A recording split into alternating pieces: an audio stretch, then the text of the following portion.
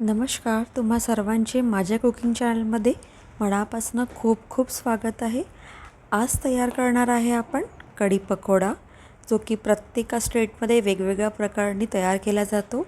तर आपण आज खूप सोप्या पद्धतीने हा तयार करणार आहोत। चला मग सुरुवात करूया।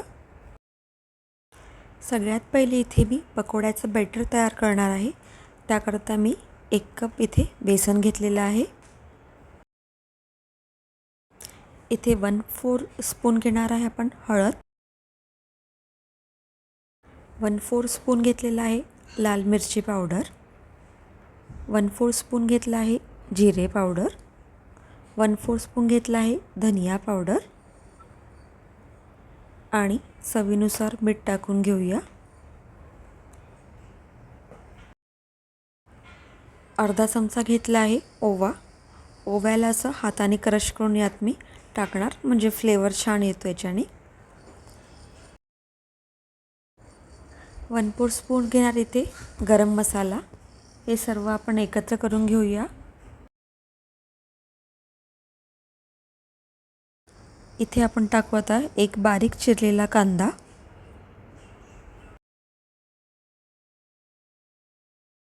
2 इथे बारीक चिरलेल्या मिरच्या। मिरच्या तुम्ही तुमच्या आवडीनुसार कमी जास्त करू शकता। आणि कोथिंबीर टाकल्या इथे मी।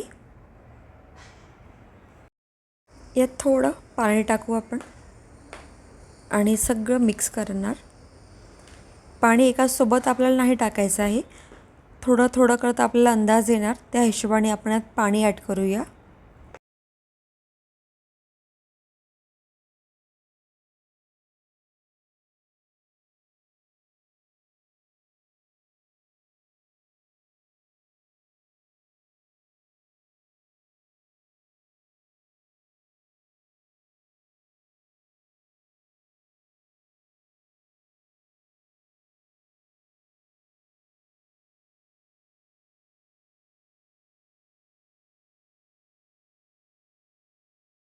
पकोडे टाकता येईल तेवढं घट्ट आपल्याला हे मिश्रण ठेवायचं आहे, जास्त एकदम पातळ पण नको ते।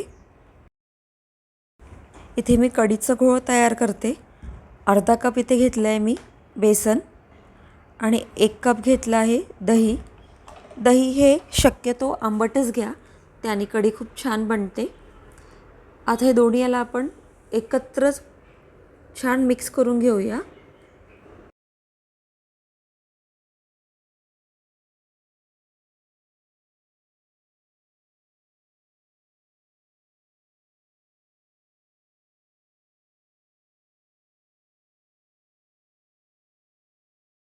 यात थोडंसं पाणी टाकणार।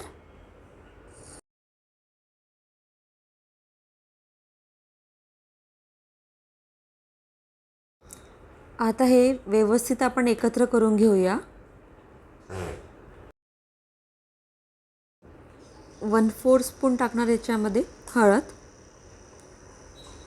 आणि 1/4 स्पून या चवीनुसार आपण टाकू याच्यामध्ये मीठ आणि 1 ग्लास इथे मी टाकत आहे आता पाणी। हे सगळं एकत्र मिक्स करून घेऊ आपण।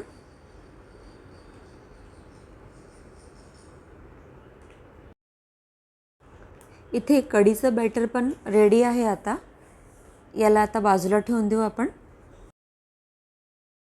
इथे पकोड्याचं बॅटर घेतलं आहे, त्यामध्ये 1/4 स्पून टाकलं बेकिंग सोडा आणि याला मिक्स करून घेऊ आपण। बेकिंग सोडा नेहमी सगळ्यात लास्टला ॲड करायचं, जेणेकरून ते पकोडे खूप क्रिस्पी होणार।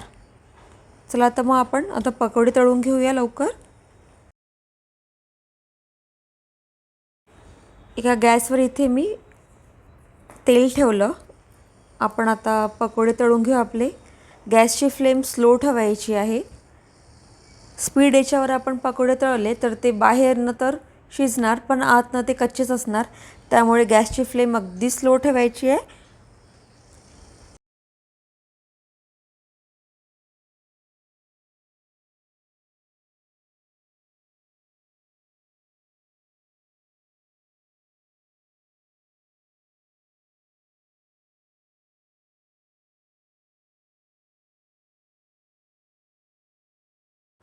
जेवढे याच्यामध्ये मावतील तेवढे मी पकोडे यात टाकले.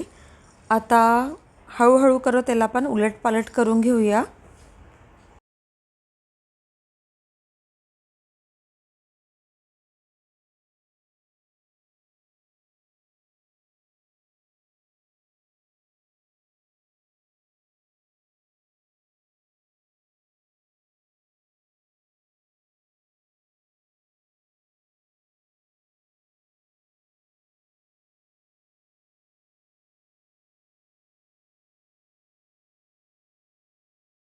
गोल्डन कलर होतपर्यंत आपण याला तळून घेणार आहे.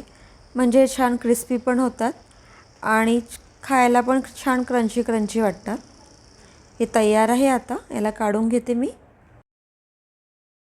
एक कढई घेतली इथे मी. त्यामध्ये 2 ते 3 चमचे तेल टाकत आहे. कढी करता नेहमी थोडं कमी तेल लागतं. तेल जास्त गरम झालं आपण इथे अर्धा चमचा मोहरीचा टाकू. मोहरी जशी आपली तडतडली तर इथे अर्धा चमचा मी टाकणार जिरे, 4 ते 5 लसणाच्या पाकळ्या, मिरच्या,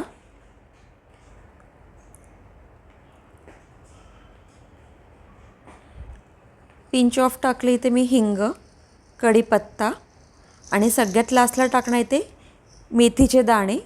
मेथी दाणा सगळ्यात लास्ट टाका. जर का पहिले टाकलं तर तो जळून कडवटपणा येऊ शकतो कढीला. शक्यतो त्यामुळे सगळ्यात लास्ट त्यालाच टाकायचं.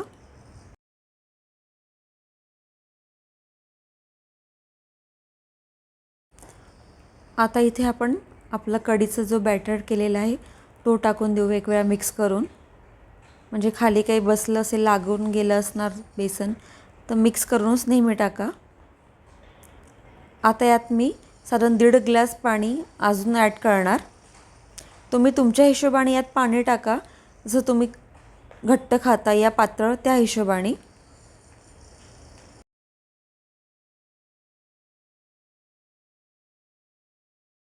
साधारण 15 ते 20 मिनटं आपल्याला ही कढी आता शिजू द्यायची आहे. यात थोडं टाकणार कोथिंबीर.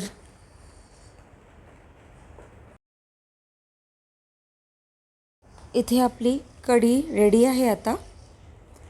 आता याला थोडंसं टेस्ट अजून वाढवायसाठी याला थोडा आपण तडका देऊया. इथे मी तडका पॅन घेतला आहे. त्याच्यामध्ये 1 चमचा घेतलेला आहे तुपाचा.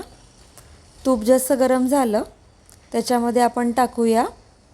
इथे 1 मिरची घेतली मी लाल, त्याचे 2 भाग केले, त्याला टाकलं. यानंतर 1/4 स्पून टाकणार इथे मी लाल मिरची पावडर. ते गॅसची फ्लेम बंद केली आहे मी. जास्त गरम यात जर का आपण टाकलं तर मिरची पावडर जळू शकतं. त्यामुळे लगेच आपण आता हे कढईमध्ये टाकून देऊ. इथे मी पकोडे टाकणं विसरली. पहिले तुम्ही इथे पकोडे टाका आणि त्यानंतर तुम्ही तडका द्या. पण मी विसरून गेली त्यामुळे मी आता हे टाकत आहे पकोडे.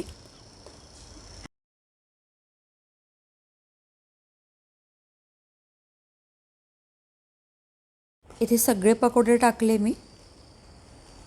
थोडंसं मिक्स करून घेऊया चांगल्याने. आपले कढी पकोडा हा रेडी झाला आहे. एक वेळा तुम्ही नक्की करून पहा. खूपच टेस्टी वाटतो खायला आणि खूप सोपी इझी पद्धत आहे.